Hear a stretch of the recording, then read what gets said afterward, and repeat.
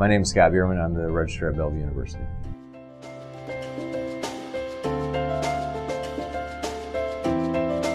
Really, the collaboration started even before OneStop went live. What I mean by that is various department owners, i.e. the registrar's office was one of them, were involved with the creation of it. There was a lot of data, not just anecdotal information that was designed to help set up the OneStop, but actual real data. In terms of staffing, volume, the number of phone calls, the number of emails, whatever the case may be. It wasn't just grabbed out of thin air, and the reason that's important is so the appropriate staff and or hours that the OneStop is open can be designed appropriately. And it was actually asking the customer, in this case the registrar's office, what questions do you get? And that was good. We gave them the top 10 and the top 20, and from there training could be designed and built and there to support those questions so that the OneStop counselor and the OneStop Services Center could be successful at what they do. And that aids into the trust of having another department do things that you normally didn't do.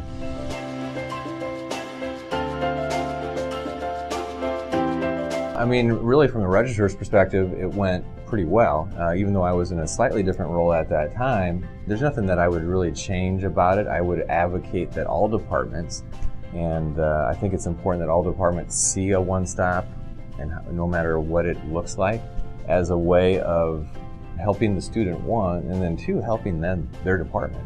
Because if they're trained appropriately, and by they, I mean the OneStop, it really is going to help your department be focused on the things that require that level of expertise.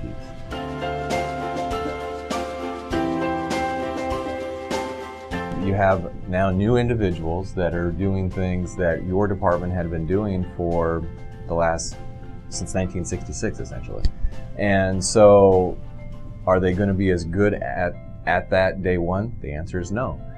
So that takes the department that's basically losing some of that functionality. They have to be understanding of that and know that it's a process, and to take patience and then continue to know that it will get better. And if the decision would have been made 10 days after it went live, is this the greatest thing ever? Well, it's probably going to be a different decision than now, having been several years removed from that.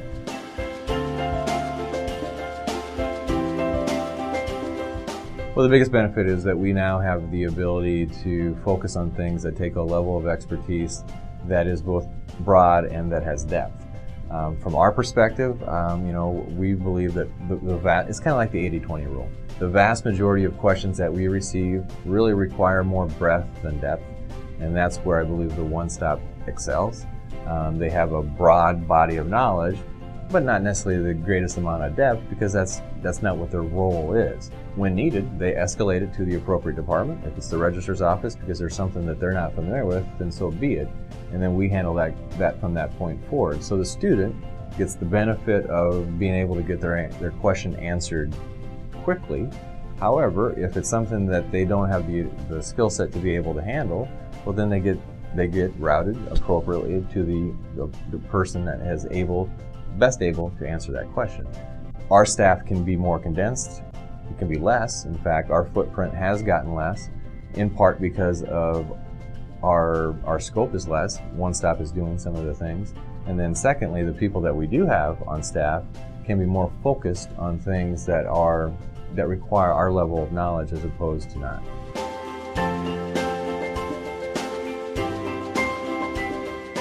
It's allowed our staff to really focus on the things that are the most benefit to the student that require our level of expertise. At the end of the day, not everything needs to be escalated to a person that's an expert at things, and so it's allowed our staff to really be less, because there's less things being brought to our attention because they're being handled at a different location. And then secondly, it's allowed those individuals that are on staff to be more focused on the things that really create value for the student that only the student records or the registrar's office can do.